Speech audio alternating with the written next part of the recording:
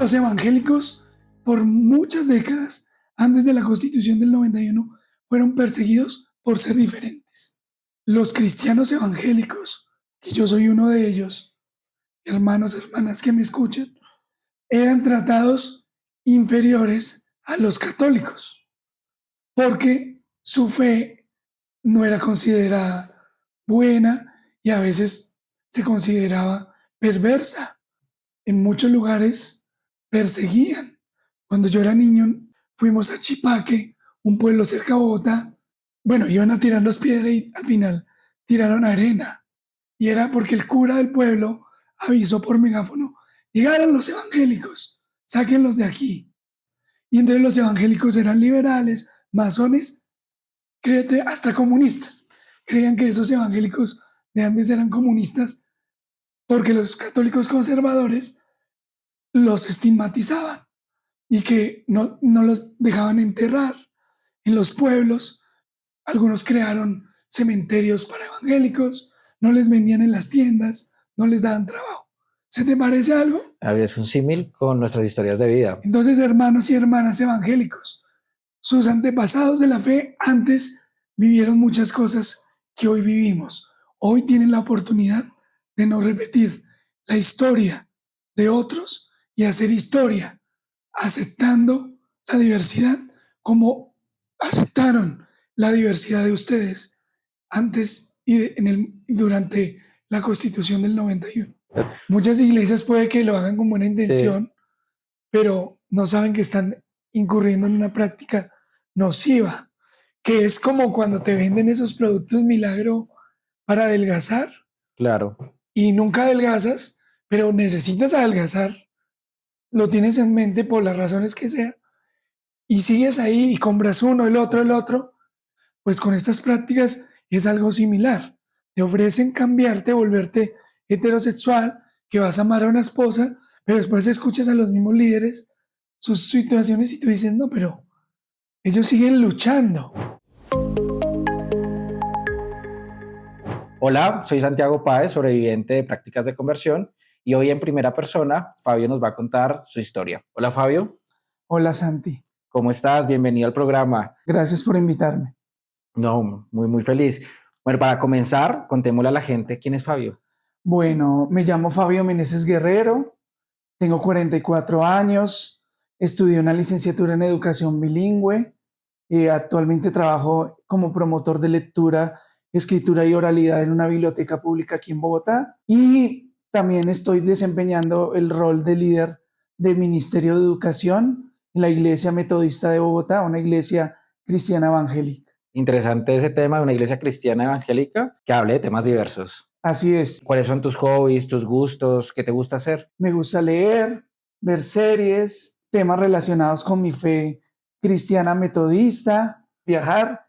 Me gusta mucho y conocer gente en un plan tranqui, tomarse un café, charlar, arreglar el mundo un poco. Háblame un poco de tu niñez. Yo crecí en una familia cristiana, una familia nuclear o tradicional.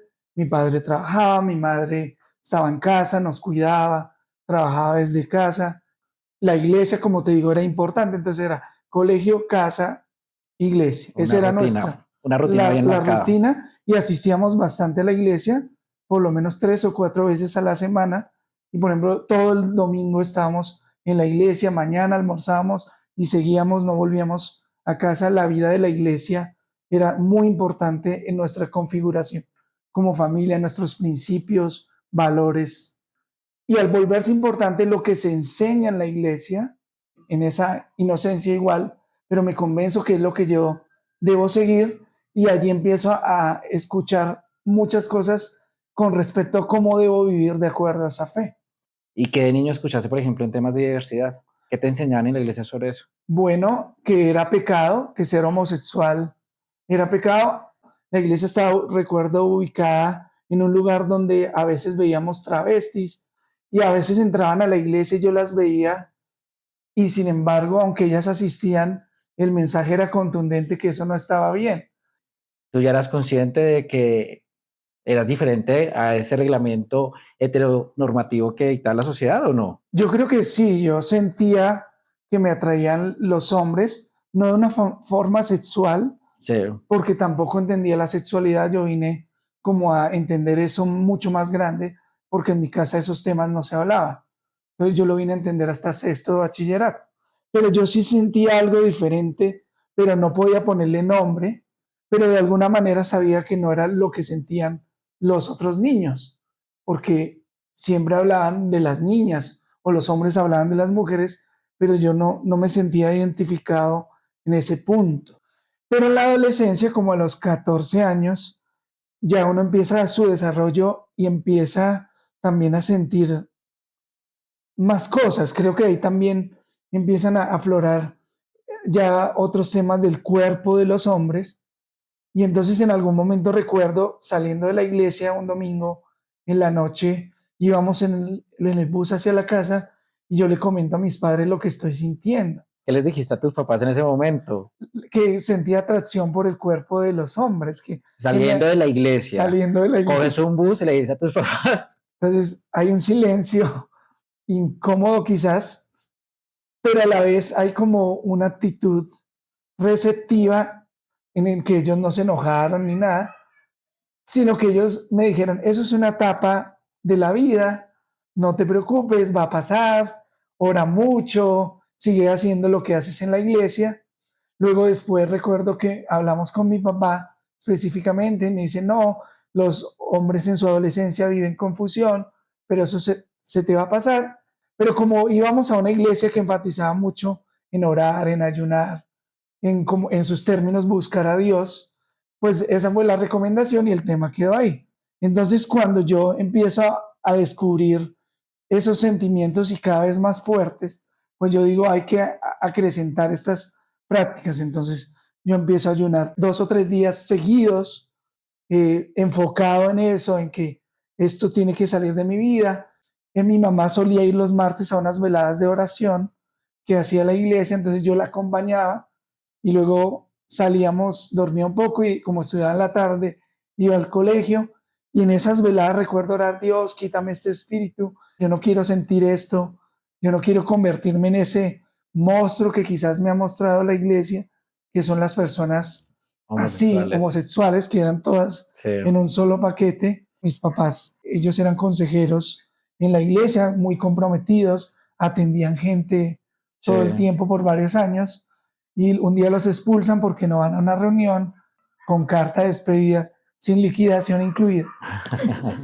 Cambiamos de iglesia y en esta iglesia empezamos a asistir. Fue también como un tiempo de renovación, de cambio, porque era una iglesia menos estricta que en la que crecí. Allí sí yo voy y pido una consejería con uno de los pastores de la iglesia. Ok. Ya allí era mayor de edad, pero me sentía lastimado. Había algo en mí que se sentía incompleto. Pero yo no le dije a esa persona específicamente qué era, pero como que él intuyó y me dijo, tú luchas con atracción hacia los hombres. Le dije, sí, tú necesitas entonces sanar eso. Simplemente en tu vida interior, íntima, o lo que llamamos en el secreto, Sí. la oración secreta, busca que Dios te sane. Simplemente me dejó ahí. Yo me cuestiono, bueno, ya he orado, he ayunado, leo las escrituras, yo siempre fui muy disciplinado en mi vida devocional, casi todos los días leía la Biblia, oraba, le pedía a Dios, libérame, sáname, cúrame, restáurame, pero no pasa nada. Dije, ¿será que hay algo que no estoy haciendo? Y entonces ahí es cuando yo busco por primera vez en internet si había algo más de lo que había hecho. Y me apareció Exodus Latinoamérica. ¿Exus qué era? Exodus en Estados Unidos era un ministerio gigante que operaba en casi todo el país. No era una iglesia como tal, sino un ministerio interdenominacional que ofrecía restaurar a las personas a su diseño original, que es el diseño cis heteronormado.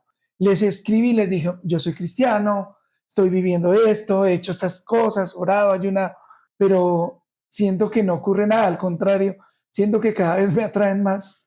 Los hombres me ingresaron a un chat. En ese chat me escribió alguien de aquí de Colombia. Me dijo, hola, mi nombre es fulano de tal. Te cuento que en Colombia van a abrir un grupo como estilo Éxodos. ¿te gustaría ir? Y yo dije, claro, me interesa. Me vi con esta persona, hablamos, me contó su historia y luego esa persona me llevó a Romanos 6. Bueno, estás hablando de Romanos y yo soy sobreviviente de Romanos. Yo creo que mucho tiempo después de que tú iniciaste y me da Así mucha es. curiosidad de saber cómo inició Romanos. Romanos comienza en la casa de Álvaro Góngora, donde él Sí, vivía. Empezamos allí unas reuniones, muy poca gente. Creo que fui de las primeras personas que llegó a Romanos 6. Entonces, el discurso era, Dios te quiere restaurar a tu diseño original, tú estás quebrantado. Y claro, una persona que ya había sentido que estaba herido, que estaba lastimado, esas palabras le generaron esperanza. Hay que sanar, hay que hacer un proceso. Esto me sonó más. Entonces, ahí fue cuando yo decidí entrar a Romanos 6. Pero ese decidí le pongo unas comillas bien total, grandes, total. porque si yo no hubiera escuchado los años anteriores que ser gay o que la homosexualidad estaba mal, no hubiera entrado allí. Yo Total, no completamente. tendría que buscar curar algo si no fuera porque alguien me dice, eso se tiene que curar. Es que a la final tenemos solamente dos decisiones, o ir a una práctica de estas para llegar a nuestro diseño original otra vez, ¿no? Entre comillas, o irnos al infierno. Eso es lo que Eso plantea una es. persona que crece bajo unos estándares religiosos. Lo primero que nos entregan es un libro muy gordo que le decíamos el libro gordo de Petete porque era mamotreco, los 12 pasos para sanarse, inspirados en los 12 pasos de Alcohólicos Anónimos. De hecho, el nombre era Homosexuales Adictos. Anónimos. Yo era un chico que nunca había tenido contacto con ninguna persona gay o con AMCI. Era un chico, digamos, en cierta forma inocente del mundo porque crecí en la burbuja de la iglesia. Ni fiestas, ni alcohol, nada. Entonces, cuando yo empiezo a leer el libro, yo siempre he sido ñoñito, entonces Sí. me lo leía y resolvía las preguntas y contaban historias de personas, sobre todo gays, entonces historias que eran personas adictas, que no podían mantener relaciones estables, que no había amor, que no había compromiso, que eran relaciones casuales de una noche y chao, descripciones de prácticas muy puntuales que yo leía eso y yo decía, no, Yo no hago eso. no quiero eso. No quiero Yo eso. nunca lo había hecho. O sea, no lo hago y no quiero eso. ¿Qué voy a querer yo? Eso en mi vida, yo que voy a ser infeliz. No, yo quiero ser heterosexual, casarme, tener hijos, tener una familia como Dios manda. Entonces, claro, el libro reforzaba un estereotipo de gay que yo no quería vivir. Aparte de leer las lecturas, de hacer las preguntas, ¿qué otro tipo de cosas o prácticas estaban realizando allí para lograr esa sanidad? Rendíamos cuentas. Pronto nosotros lo entendemos porque fuimos a Romanos, pero la gente que nos escucha, que rendir cuentas. Es contar cómo es tu semana, tus tentaciones, contábamos lo que vivíamos. Entonces ahí empezaron a ponerme unos límites, ¿no? No hagas esto, no vayas al gimnasio porque tentación, no te subas al Transmilenio porque pasan cosas que yo no sabía. Si te dio ganas de pasar por el Parque Nacional, que yo no sabía que ahí pasaban cosas, todo lo aprendí en Romanos. Como empecé a despertar todo eso, como que dije, no, creo que esto no me está ayudando, decidí dejar de ir al grupo. Entonces yo volví a la iglesia y en esta iglesia me empezaron a hablar fue de maldiciones generacionales. Entonces las maldiciones generacionales son unas prácticas que tienen algunas iglesias en las que dicen que los pecados de tus antepasados te alcanzan.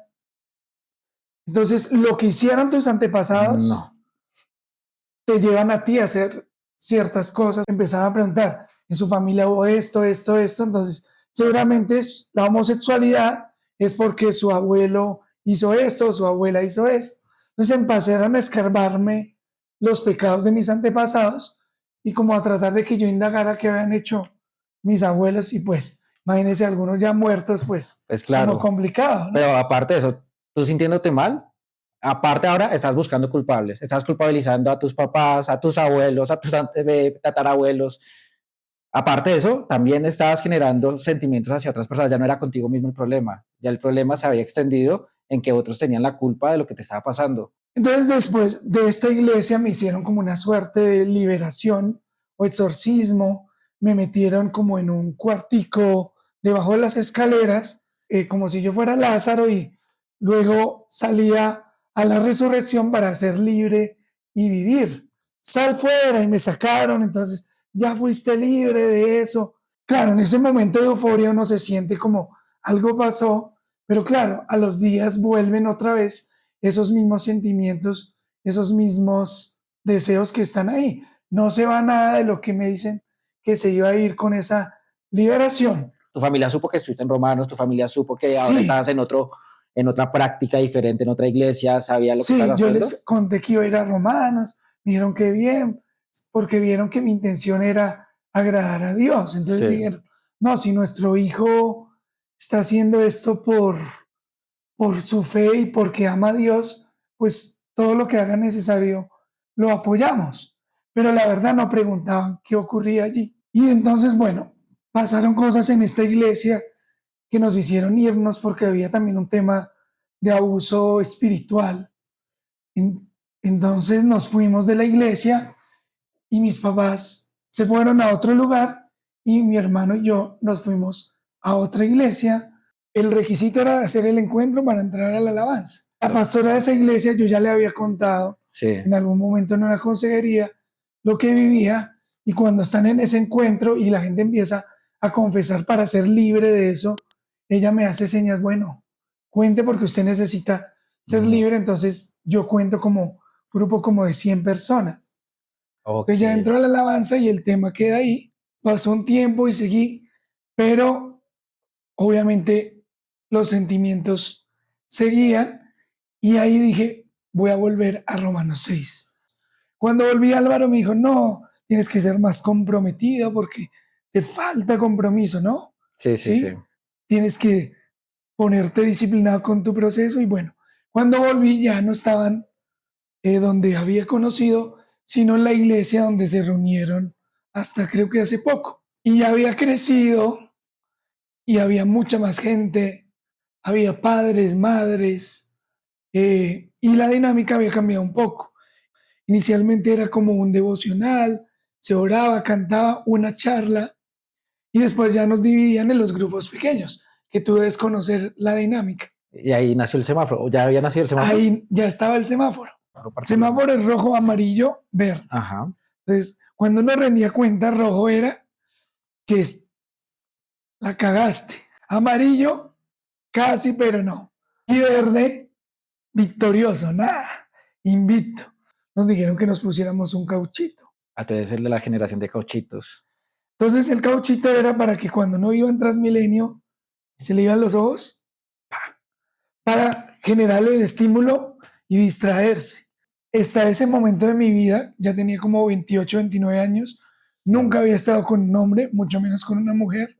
Alguna vez me había tocado con un hombre, nos besamos y ya, en un retiro de Romanos 6.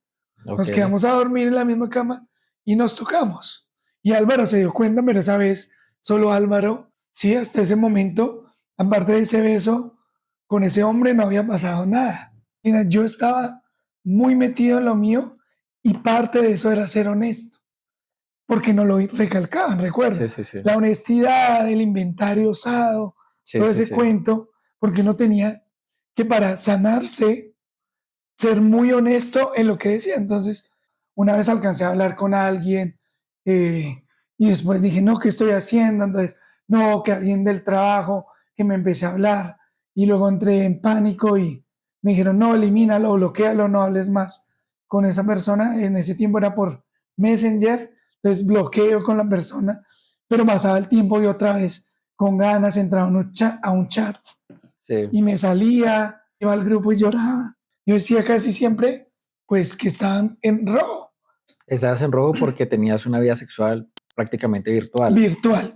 Mira, tanto era mi inestabilidad que cambiaba de iglesias, Sí, sí, buscando en parte también esta sanidad. claro. Entonces fui a otra iglesia que era aliada de Romanos 6, que el pastor decía que se había curado, y había una psicóloga en esta iglesia y ella me ofreció unas terapias, pero me mezcló cosas otra vez de liberación, de maldiciones generacionales, otra vez sanidad interior, me revolvió cosas, la herida paterna. ¿Te Sí, acuerdas sí, la sí, herida herida paterna? paterna, materna. Ella hablando desde su dogma, Ajá. su profesión, no es de lo No de los profesional, no profesionales. distinguiendo.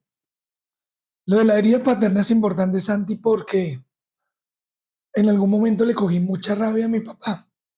Mm. Porque como en Romanos 6 en algún momento nos decían que cuando el padre del mismo sexo, en mi Sí, sí, caso sí. el masculino, fue ausente, ya sea a nivel emocional o físico, uno empieza a erotizar esa ausencia y Sí, por eso busca hombres. Claro, hoy entiendo que es una estupidez, porque en casi todos los hombres, quizás del mundo, han tenido padres ausentes, ausentes, total. porque eso es muy común. La violación, ¿no? Ajá. Entonces, ¿no será que lo tocaron de niño de pronto? No se acuerda. Terrible. Entonces, un día con mi papá, con toda esa rabia, le dije, ¿usted no sería que de niño usted me abusó? Le dije. Y él se puso a llorar. Muy fuerte. Mi padre se puso a No, llorar. Entonces, ¿cuál es la vida abundante que ofrece una práctica de esta si hace que yo haya violentado un padre que ha sido un buen padre, con sus defectos como todos, pero que ha sido un padre que yo he sido el niño de sus ojos? Decirle que de pronto me abusó porque allá en ese grupo me sugirieron eso. Y varias veces es que yo tengo esto porque usted fue ausente. Y él, un hombre muy sensible, se sentía dolido total. que su hijo le dijera esas cosas. Entonces, fíjate el daño también que de alguna manera causaron indirectamente En tu a- relación con tu con mi familiar. papá. Estas prácticas te llevan incluso a inventarte y a imaginarte cosas que no ocurren y que al final sí es bueno tratar el pasado, Sí, pero lo debe hacer un profesional, total, ¿cierto? total. Entonces, si yo tengo traumas del pasado y si alguien que escucha tiene traumas, que todos debemos tener nuestra mierdita ahí, porque así es la vida. Si tiene algo, vaya al psicólogo No, y ojalá que sea uno bueno, y que en esa mierda la revuelven en Romanos. O sea, con la pomada. con todas esas, exactamente, la revuelven con la pomada porque no es ninguna solución provocando un dolor más grande, porque te revuelven una cantidad de cosas que tú no sabes cómo tratar, no sabes cómo explorar, y eso hace parte del desorden que uno llega al punto de no retorno y decir, me quiero quitar la vida. Y otra cosa fue pérdida del sentido de la vida. Me lograba, me costaba mucho decidir qué hacer. Yo por años quise ser pastor, desde niño. Recuerdo en esta iglesia que crecí, me subía con un panderito en la alabanza y cantaba. Y la gente decía, uy, ese niño como tan devoto va a ser pastor. Y en mi adolescencia, muy, como era muy de la iglesia, entonces decían, no, él va a ser es pastor. Pero claro, yo decía, ¿cómo va a ser pastor con esto? Entonces eso me quitó mi propósito, yo no soñaba. Estudiaba una cosa, estudié algo de música, luego estudié mi licenciatura en español e inglés, la dejé, luego periodismo, lo dejé, luego teología, lo dejé, vivía hasta que finalmente estudié la licenciatura en educación bilingüe, que es mi profesión. Pero pasaron muchos años como para ubicarme. Mira, había ayunado, orado, memorizado escrituras, liberación de maldiciones generacionales, sanidad interior, encuentro, posencuentro, imposición de manos, Romanos 6, me fui, volví. O sea, había hecho tanto, Santi, que yo hago la cuenta, son casi desde mi infancia hasta ese momento que te estoy contando ya, final de Romanos 6, casi 27 años, 27 años de mi vida tratando de dejar de ser algo, ¿sí? Pues ya llega un punto en que tú dices, ¿qué hago? ¿Me mato? No sé, ya no sé qué hacer más. Le decía a Dios, Dios, ¿qué hago más? ¿Qué quieres que haga más? Ya he hecho todo esto. ¿Qué más quieres? ¿Sí? Entonces, estás tan frustrado con tu vida que acabar con tu vida puede ser una opción. Me quise ahogar con una bolsa en mi casa, pero en ese momento yo dije, no, si me muero, pues la creencia eh, tradicional es que te vas al infierno. Entonces dije, no, mejor Da lo mismo vivo este infierno aquí en la tierra, pero no me voy al infierno que me han directamente. enseñado. Entonces no, pues no, el intento quedó ahí, pero la culpa y la vergüenza siguió es impresionante. El querer quitarse la vida es realmente grave, es realmente grave. Y este tipo de prácticas, estas subidonas y bajadas, subidas y bajadas, trae mucha inestabilidad y no es tratada por un profesional. ¿Ellos supieron que quisiste quitarte la vida? Pero obviamente en su ignorancia no asociaban que era por el daño que me estaban haciendo. O sea, me empecé a cuestionar, yo decía, pero aquí todo el mundo anda infeliz. Yo dije, si están tratando de hacer la voluntad de Dios, ¿por qué se ven tan infeliz? Eso me cuestionó mucho. Ver gente tan adolorida, tan llena de culpa, de vergüenza, yo dije, algo no me cuadra aquí. Me acuerdo que alguna vez Álvaro también nos dijo, a mí solo me atrae mi esposa. Las otras mujeres no, pero solo mi esposa. Yo dije, pero los heterosexuales, y hasta el más cristiano va a aceptar que le atraen otras mujeres. Sí, Entonces, ¿cómo así que solo le atrae a su esposa? Eso no me cuadra tampoco. Esas cositas fueron sumando, pero después escuchas a los mismos líderes sus situaciones y tú dices, no, pero ellos siguen luchando. Incluso los que se casan, pero siguen deseando hombres, total. entonces. Y ahí entra entonces la situación que me llevó a salir de esta práctica. ¿Y cuál fue esa situación? Me involucré con alguien de Romanos. Íbamos a la misma iglesia, pero en Romanos 6 éramos de distintos grupos. Y después de la iglesia, un día antes de Romanos, él se quedó en mi casa, yo lo invité. Al otro día de Romanos, y él en su grupo dijo que estaba en rojo por culpa de alguien de Romanos 6. Ok, ok, Fue muy fácil adivinar quién en el otro grupo estaba siempre en rojo. ok. Yo. Entonces me llamó Álvaro y me dijo, ¿cierto que fue usted? Le dije, y yo le dije, pues sí, Álvaro, yo fui. Me dijo, ay, ¿usted por qué hizo eso? Y incluso hubiera sido alguien bonito, pero ese man tan feo, me dijo, O sea, y si hubiera sido bonito, entonces hubiera hubiera sido sido menos menos leve, grave. menos grave. Como yo era parte del grupo de apoyo en esa junta, me dijeron, no puedes volver al grupo de líderes, puedes seguir asistiendo a Romanos 6, pero no puedes tener ninguna posición, ni orar en público, ni ayudar, ni ponerle la mano a alguien para orar, nada. Pero súmale eso, Santi, que al siguiente sábado, en la reunión de líderes, me dijeron, bueno, esta es la reunión última que vienes porque esta persona con la que te involucraste va a venir y tienes que pedirle perdón delante de todos nosotros los líderes. Después de mucho tiempo entendí que si había sido algo consensuado Sí, o nos pedíamos perdón mutuamente ahí en esa reunión o cada quien asume su responsabilidad. Pero ese hecho, aunque fue doloroso y vergonzoso, fue lo mejor que me ha pasado a mí en mi vida. Porque yo después de eso dije, definitivamente esto no es.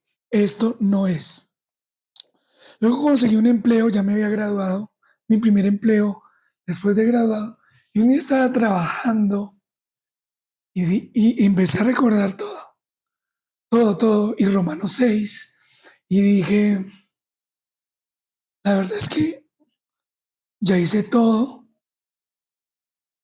yo soy gay, así lo dije aquí, yo soy gay, que no hay más.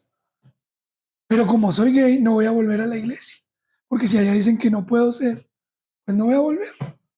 Y ahí dejé un tiempo la iglesia y empecé mi vida ya como gay. Tuve mi primera pareja, bueno. Y me empecé a sentir yo mismo, te feliz. sentías Me libre. sentía pleno, libre de verdad. Y eso le empezó a dar un sentido a mi vida que antes no tenía. Comenzaste a vivir. ¿A qué edad? 33 años, como la de Jesús. A tus 33. Finalmente me pude reconciliar con mi fe, Súper. porque mi fe es importante para mí. ¿Sí? Fue lo que crecí, también viví momentos lindos de mi fe. Estos son recuerdos dolorosos, tristes, crueles, pero también hay recuerdos lindos, ¿Y ¿sí? cómo lograste esa reconciliación con tu fe? Primero, entender que la Biblia no se interpreta de manera literal. Es Sí, que aquí dice esto, sino que hay un contexto histórico, sí, hay unos idiomas que van cambiando.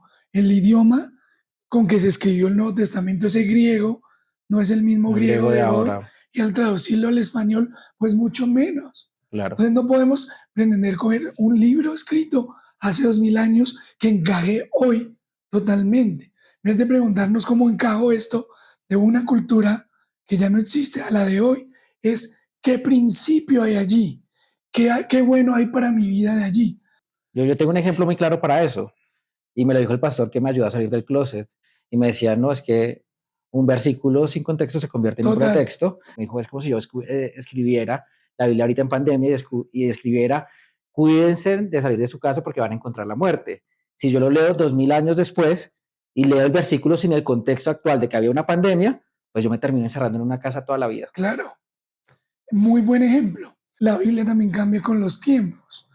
Y pensando en eso de los tiempos, yo recordaba, yo tengo 44 años, la Constitución del 91. Antes de esa época, los cristianos evangélicos, que yo soy uno de ellos, hermanos, hermanas que me escuchan, eran tratados inferiores a los católicos, porque su fe no era considerada buena y a veces se consideraba perversa, Sí, una fe herética. sí, En muchos lugares perseguían. Cuando yo era niño en esta iglesia, que mencioné primero una vez, bueno, iban a tirarnos piedra y al final, pero como habíamos niños, tiraron arena. Y nosotros ahí, unos lloraban, otros asustados. Y era porque el cura del pueblo avisó por megáfono, llegaron los evangélicos, sáquenlos de aquí. Entonces los evangélicos, por muchas décadas, antes de la Constitución del 91, fueron perseguidos por ser diferentes. Los conservadores, pues, estaban en contra. Algunos liberales apoyaban a los evangélicos, al punto que muchos eh, liberales de antes se educaron en colegios evangélicos como el presbiteriano, ¿sí? Porque en los colegios católicos no recibían hijos de liberales. Y entonces los evangélicos eran liberales, masones, créete, hasta comunistas. Creían que esos evangélicos de antes eran comunistas porque los católicos conservadores los estigmatizaban y que no los dejaban enterrar en los pueblos. Algunos crearon cementerios para evangélicos, no les vendían en las tiendas, no les daban trabajo. ¿Se te parece algo? es un símil con nuestras historias de vida. Entonces, hermanos y hermanas evangélicos, sus antepasados de la fe antes vivieron muchas cosas que hoy vivimos. Hoy tienen la oportunidad de no repetir la historia de otros y hacer historia, aceptando la diversidad como aceptaron la diversidad de ustedes antes durante la Constitución del 91. Totalmente, yo creo que esa pelea siempre de quién tiene la verdad absoluta, yo creo que es un tema que nos confronta todo el tiempo y yo creo que la verdad absoluta para la humanidad es el lenguaje del amor. Total, Es amar y respetar y aceptar a las personas tal cual como somos y amarnos. no pueden amar a otros como Dios, que es amplio en su amor. Es amplio Y eso. finalmente, pues, llegué a la iglesia metodista, donde, pues, ya esa es otra historia para otro podcast, donde conocí ese amor de Dios. También encontré a mi pareja, con la que llevamos casi 9 años, que después se convirtió en el pastor de la iglesia y juntos servimos a Dios allí, él como pastor y yo a cargo del Ministerio de Educación. Qué lindo eso. Te reconciliaste con la iglesia y tu familia. ¿Qué pasó con tu mamá, con tu papá, con tus hermanos ya con esta nueva decisión de tu vida? Mira, mis papás les ha costado, sobre todo a mi mamá, cuando conoció a John le hizo mala jeta. Sí, Lo llevé a la casa a recoger algo y no fue ni siquiera amable, pero hace unos meses nos reunimos a almorzar y ya por lo menos habla y lo saluda y tiene una conversación con él. Entonces ahí va cambiando poco a poco.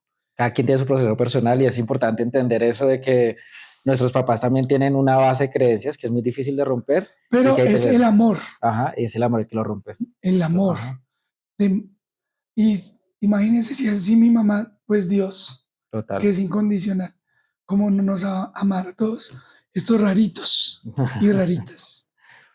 A mí me gustaría saber qué le tienes que decir a las personas que siguen en ese tipo de prácticas, terapias, consejerías, porque eso tiene muchos nombres, ¿sí? Restauración sexual, Re- re- emocional y restauración sexual y relacional. relacional, que están en esto, que llevan tanto tiempo también culpándose y llevan una vida de luchadores, porque no va a decir que son personas débiles, sino que son luchadores también, pero que van a traer una fractura emocional también en sus vidas y capaz hasta mental y en su salud también física. ¿Qué le quieres decir a estas personas? No estoy llorando, pero que no llore no significa que no No, dolió, no, ¿cierto? total. ¿Sí? Porque cada víctima, unas lloran, otras no pueden ni contarlo. Las víctimas somos diferentes. Cada una asumimos nuestros duelos de maneras diferentes, pero obviamente la afectación queda ahí. Yo siento que he salido por lo menos a un buen nivel de sanidad, pero otras están ahí Total. porque es muy difícil. Muchas iglesias puede que lo hagan con buena Sí, intención, pero no saben que están incurriendo en una práctica nociva, que es como cuando te venden esos productos milagro para adelgazar claro. y nunca adelgazas, pero necesitas adelgazar, lo tienes en mente por las razones que sea, y sigues ahí y compras uno, el otro, y al final el Estado en algún momento tiene que intervenir y decir, esos productos hay Claro. que prohibirlos. Pues con estas prácticas es algo similar. Te ofrecen cambiarte, volverte heterosexual, que vas a amar a una esposa, pero después escuchas a los mismos líderes sus situaciones y tú dices, no, pero ellos siguen luchando.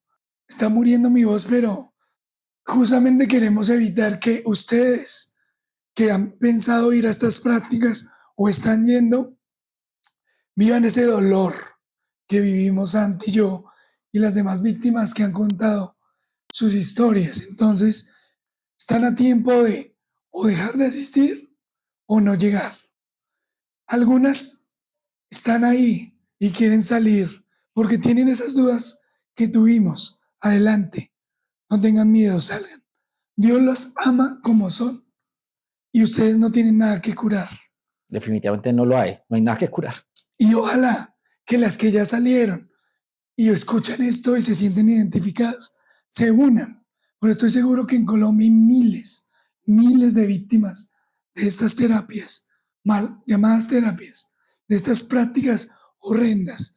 Levantemos la voz juntos, juntas y juntes, gritando que no hay nada que curar. Cuando yo estuve en Romanos, también escuché de ti. Y escuché por parte del liderazgo que contaron tu historia 2, 3 veces en diferentes ocasiones. Eh, y qué mal percepción yo tenía de ti en ese momento, porque tú eras el Voldemort de Romanos, el innombrable, el que traicionó, el débil, el que falló, el que no persistió. Y hoy, conocerte para mí me da mucha alegría escuchar y decir, qué pena pensar muy equivocados. O sea, el Fabio que yo veo ahora es un Fabio fuerte, valiente, que lo logró, lo superó y que me alegra que estés con vida y que tengas la voz suficiente para decir todo lo que dijiste el día de hoy. Y de verdad que es muy bonito y agradezco que me hayas dado la oportunidad de estar acá, ¿vale? Y a todos los que nos están escuchando, también muchísimas gracias por escucharnos y entender que esas prácticas todavía suceden en Colombia. Esas prácticas traen dolor, pero también traen muerte. Traen muerte. Hay personas que piensan que la muerte solamente es física, no. Hay personas que viven en vida, que ya estaban muertas y creo que nosotros fuimos parte de esos muertos vivientes. Muchas gracias. No sé, si no sé cómo terminar.